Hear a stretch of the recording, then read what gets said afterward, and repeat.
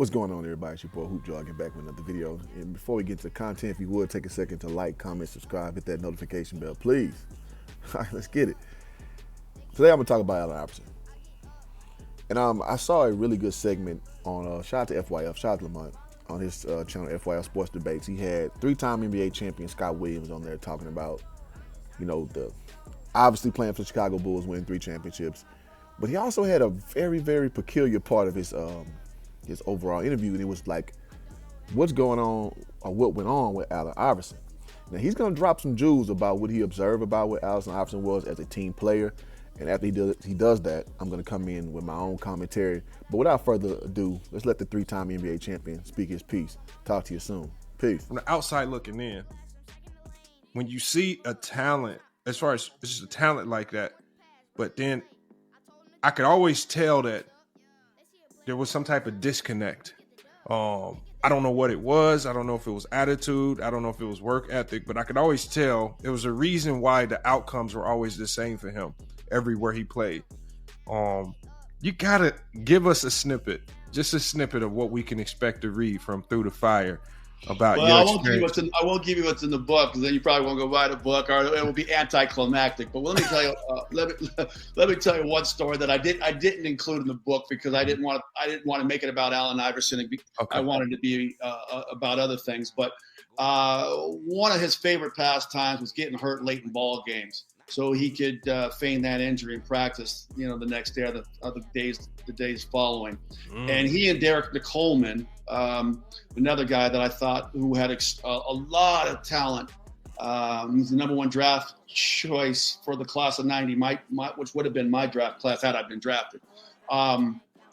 Their favorite pastime in practice was sitting on a stationary bike and talking shit to the dudes that were practicing. And knowing we weren't very good, we weren't certainly not as talented as those two cats, but we're out there competing, trying to get better. And when you're watching your team struggle, and you've won, and like I got 3 championships on my fingers. It's tough when you know what it takes to build a championship team, to watch these dudes talk shit from the sidelines about guys that turn a basketball over, missing shots, or whatever the case might be. They're laughing and joking, and it ain't funny. It wasn't funny to me then. It still ain't funny to me now. I had a youth basketball center here in Scottsdale that I helped get off the ground before moving on to some other things, called the Dream Team Academy.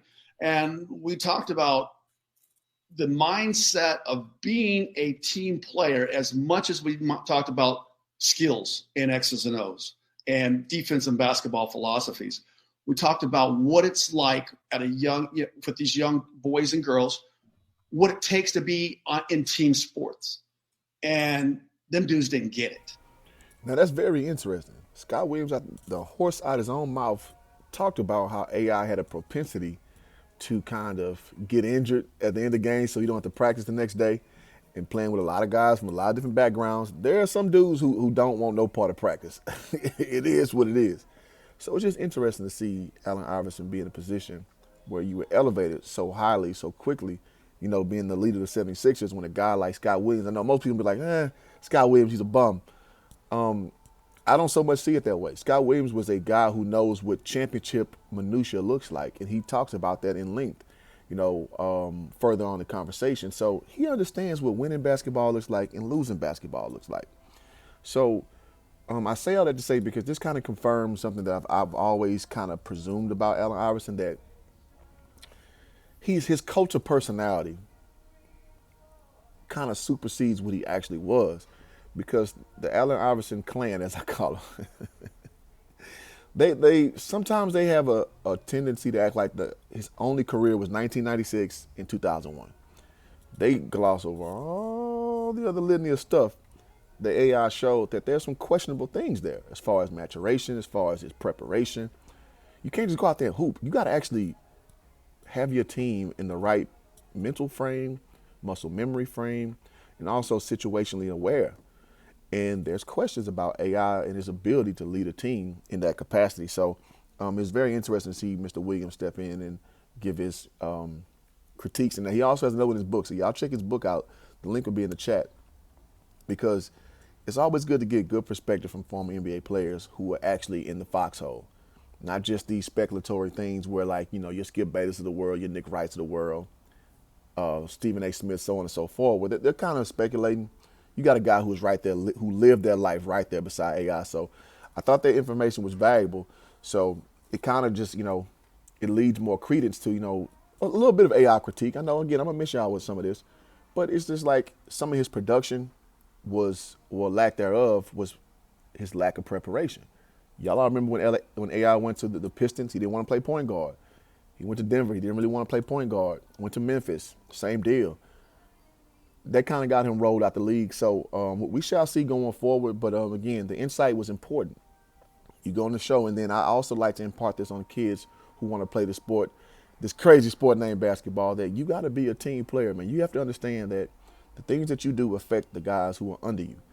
And by under you, I mean like they're less valuable people per se, but less valuable assets to the team. Yes, absolutely. Scott Williams and AI, I mean, nobody's going to debate that.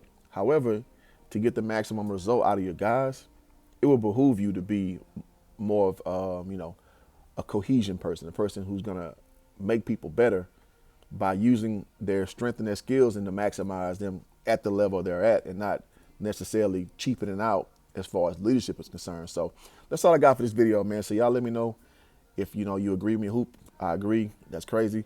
Or Hoop, man, you hating. Scott Williams, they hating. Them old heads, stop talking about AI because he's so great. Either way, I want to hear your opinion. Till next time I talk to you. Peace.